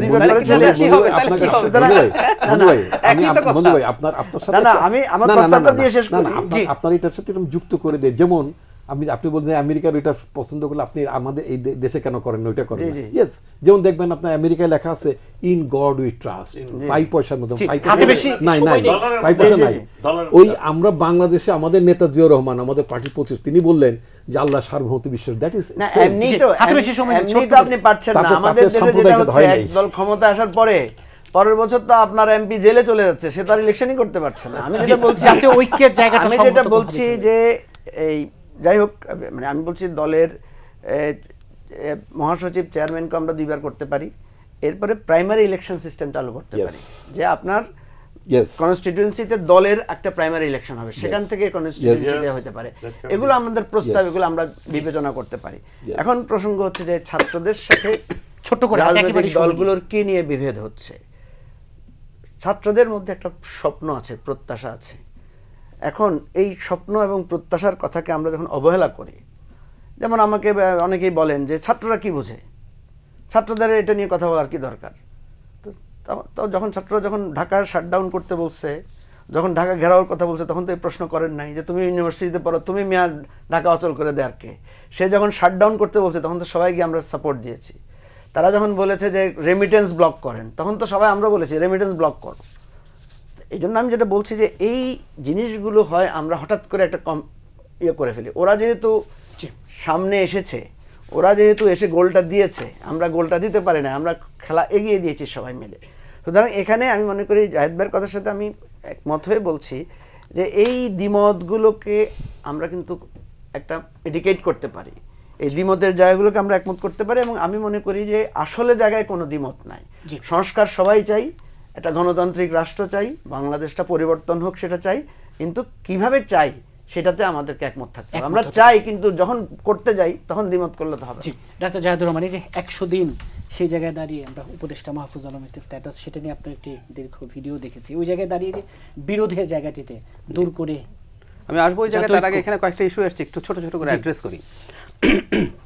মানে আমাদের সংসদ সদস্যরা আইন প্রণেতা হয় না, আমাদের সংসদ সদস্যকে আইন প্রণেতা হওয়ার কথা ছিল। আমি একটা কলাম লিখেছিলাম, আই ক্যান রিমেম্বার, হেডলাইনই মনে আছে, প্রথম আলোতে। নির্বাচিত হলে কেমন এমপি হতেন হিরো আলম। মানে আমরা খুব তাচ্ছিল্য করতাম হিরো আলমকে, উনি কে, ওনার কি পাস। আমাদের চ্যানেল জিজ্ঞেস করতে আপনার কি যোগ্যতা আছে, আমি ওটা নিয়ে ভয়ঙ্কর রিয়াক্ট করেছি। আপনি আর কাকে জিজ্ঞেস করেন, কনস্টিটিউশন যে যোগ্যতা বলেছে ওই যোগ্যতা ওনার আছে তো আপনি how dare you to ask that question to that person. আমরা কেন করে আমরা বুঝতে পারি। আচ্ছা, আমার হাইপোথিসিস ছিল, এই জন্য আমরা সংস্কারেরও কথা বলছি, একটা কনস্টিটিউশন কমিশন হয়েছে, আমাকেও ডেকেছিল একজন মতামত দেওয়ার মানুষ হিসেবে, গেলাম, কথা বললাম। আমাদের সংবিধানে আর্টিকেল 70 আছে, এই কনস্টিটিউশনে আর্টিকেল 70 থাকার পর কে এমপি কে না কিচ্ছু আসে যায় না। সরি, আমরা এতদিন যে সমালোচনা করেছি অর্থহীন সমালোচনা করেছি, না জেনে করেছি। খেয়াল করি, বরং দলের উচিত হলো সেই লোককে দেয়া, আমি দলের প্রধান হলে করতাম, যে মাইরে পিটা কোনোভাবে জিতে আসবে। কারণ আমার তো ওর কাজ হলো নির্বাচিত হয়ে আমাকে সরকার গঠন করানো। আমার পলিসি মেকিংয়ে, আমার আইন প্রণয়নে তার কোনো রোল নাই, ফুল স্টপ। আপনি দলের বিরুদ্ধে ভোট দিতে পারেন না তো, 70 অনুচ্ছেদ। পার্লামেন্ট কি হইল তাইলে? আমেরিকায় ট্রাম্প আগের বার বহু তার পলিসি পাস করাতে পারে, সেনেটে তার মেজরিটি ছিল, তার লোক তারে ভোট দেয় নাই, উনি পারেন নাই। So this is what parliament is. So article 70 রেখে আমরা পার্লামেন্টারিয়ান পাবো, আমরা কলা গাছই পাওয়ার কথা ছিল, ফর গডস সেক। সুতরাং কলা গাছকেই আনা দরকার না, তাই করে। এটা প্রবলেম কিন্তু আসলে দলের মধ্যেও না, এটা প্রবলেম কনস্টিটিউশনে। সোজা সাপটা কথা। আপনি চমৎকার কথা বলতে পারেন, আমরা কিছু কিছু জাদ্রেল পার্লামেন্টারিয়ান বলি না, ওনারা কি করেন, দারুণ কথা বলেন, কি লাভ? কোনো লাভ নেই। It's a rubber stamp of the desire of the prime minister. উনি যা চেয়েছেন তাই হবে, ওনার যদি সুমতি হয় কখনো। দেখবেন বাজেটে তত্ত্বাবধায়ক সরকার ব্যবস্থা বাতিলের ব্যাপারে পার্লামেন্টারি কমিটি ওটার বিরোধিতা করেছে, মাহফুজ আলমের স্ট্যাটাস। তো সুতরাং ওইটা কোনোভাবেই হতে পারে না। আর আরেকটা জিনিস একটু বলে ফেলি, সেটা হলো প্রাইমারি হওয়ার কথা বলছে। নতুন একটা তত্ত্ব এখন আমেরিকাতে প্রাইমারি হয়, দেখা গেছে আমেরিকাতে প্রাইমারি প্রবলেম তৈরি করছে। একটা ছোট কথা বলে দেই, ধরুন এখনো দলের প্রধান চাইলে একজন গরিব কম টাকাওয়ালাকে ক্যান্ডিডেট করতে পারে। প্রাইমারি হলে দেখবেন ওই টাকাওয়ালাই প্রাইমারিতে সবাই জিততেছে, কারণ ওখানে তো দলের মানুষজনকে ম্যানেজ করার প্রশ্ন আছে। আচ্ছা, মাহফুজ আলমের ব্যাপারে বলি। হ্যাঁ, আমি এটা নিয়ে কথা বলেছি। প্রথম দুটো প্রশ্ন খুব জরুরি। প্রথম প্রশ্নটা হচ্ছে, জনাব মাহফুজ আলম কিন্তু সরকারের একটা অংশ, সরাসরি অংশ, উনি একজন উপদেষ্টা, এবং এই সরকারটা রাজনৈতিক সরকার না। এবং ধারণা করা হয় উনি সরকারের রাজনৈতিক, যখন বিশেষ সহকারী ছিলেন, রাজনৈতিক ব্যাপারেই তিনি পরামর্শ দেন। এবং এখনও যেহেতু তিনি কোনো ক্যাবিনেট পাননি, আমরা ধরে নেব উনি ওই জায়গাতেই আছেন, এখন আরও পদোন্নতি হয়েছে। একটা রাজনৈতিক সরকারের যখন একজন রাজনৈতিক উপদেষ্টা থাকে, তার রাজনীতি আমরা জানি, তার রাজনীতি আমরা বুঝি। কিন্তু এটা একটা এখন পর্যন্ত এটা একটা অন্তর্বর্তী সরকার, কোনো রাজনৈতিক দল না। এবং ধারণা আছে বাজারে, এবং এটার আলামত আমরা দেখছি, ওনারা স্বীকারও করছেন কম বেশি, নাগরিক কমিটি, বৈষম্য বিরোধী ছাত্র আন্দোলন দল করতে যাচ্ছেন। সো তা যদি হয়ে থাকে, তাদেরই একজন যখন এই কনফ্রন্টেশনের কথা বলছেন এবং খুব সফটও না, বেশ টাফ ভাষাতেই উনি আশঙ্কা প্রকাশ করছেন গৃহযুদ্ধ এবং রক্তাক্ত বিভেদ, এই ধরনের কথাবার্তা। কাদের মধ্যে? মানে বাংলাদেশে বিভেদ থাকবে শেখ হাসিনা, আওয়ামী লীগ এবং অ্যান্টি আওয়ামী লীগ, যেটা আমরা ওই সময় ছিলাম। বিপ্লব বলছেন তারা, আমি মানলাম তারা বিপ্লব যদি মনে করেন, আমি অভ্যুত্থান মনে করি, অভ্যুত্থানের যে শক্তি আছে তাদের মধ্যে কোনো কনফ্রন্টেশন রক্তাক্ত এবং গৃহযুদ্ধ পর্যায়ে নিয়ে যাব, এটা হতে পারে না। একটা কথা মনে রাখতে হবে, এই শব্দগুলো ইটসেলফ আমরা এক ধরনের ফ্যাসিস্ট শব্দ হিসেবে বলতে পারি, অথবা স্বৈরাচারী, আমি যদি ফ্যাসিস্ট নাও বলি স্বৈরাচারী বলতে পারি। আমরা শেখ হাসিনাকে খেদাইছিলাম তো, আমরা এভাবে বলি কেন? উনি স্বৈরাচারী ছিলেন, আমরা ডেমোক্রেসির কথা বলেছি। তার মানেটা হচ্ছে এই, আমার কিছু চাওয়া আছে, হ্যাঁ আপনি চাইতে পারেন নতুন কনস্টিটিউশন লেখা হবে, সেকেন্ড রিপাবলিক হবে, ওই দল এটা চাইবে না, সেই দল এটা চাইবে না, প্রত্যেকে মিলে বসে এবং আমাকে প্রস্তুত থাকতে হবে আমার সব চাওয়া পূর্ণ হবে না। It's as easy as this. This is what democracy is. আমি বারবার বলছি, ট্রাম্পের মতো লোক এবারও ক্যাম্পেইনের আগে ও তো সব বলে ফেলে যে তার স্বপ্ন একদিনের জন্য সে একটা পুরোপুরি স্বৈরাচারী সেই জায়গায় আসলে জাতীয় ঐক্য, সেও তো মেনে নিতে হয়েছে তাকে। সো ওই জায়গাটা তাদের, আমি আবারও বলছি, প্রচুর আলোচনা দরকার এবং আমাদের এই বিভেদটা আসলে বিপক্ষ শক্তিকে আমাদের মনে রাখা দরকার। খুব দ্রুত বলি, ট্রাম্প আসার পর আমেরিকা 20 তারিখের পর থেকে, 20 জানুয়ারির পর থেকে, আজকে ডক্টর ইউনুসকে জিজ্ঞেস করা হয়েছিল, আমেরিকা সরাসরি আমাদের উপর ঝামেলা করবে তা না, কিন্তু বাইডেন সরকার যতটা সাপোর্টিভ ছিল, ছাতার মতো ছিল, ওটা যদি সরে যায় ইন্ডিয়া কিন্তু মেজর প্রবলেম তৈরি করার সম্ভাবনা আছে। সুতরাং চট করে উনি ঢুকে যাবেন না, কিন্তু চট করে অনেক প্রবলেম ঢুকে পড়তে পারে আমাদের দেশে, ডিস্টেবিলাইজ করার মতো। আমাদের সতর্ক থাকা দরকার, ঐক্য ধরে রাখা দরকার। আপনাদের চারজনকে আজকে স্টুডিওতে সময় দেওয়ার জন্য ধন্যবাদ। দর্শক, বিএসআরএফ গণতন্ত্র এখন আজ এ পর্যন্তই। আগামী পর্ব দেখার আমন্ত্রণ রইল। সে পর্যন্ত ভালো থাকুন, সুস্থ থাকুন।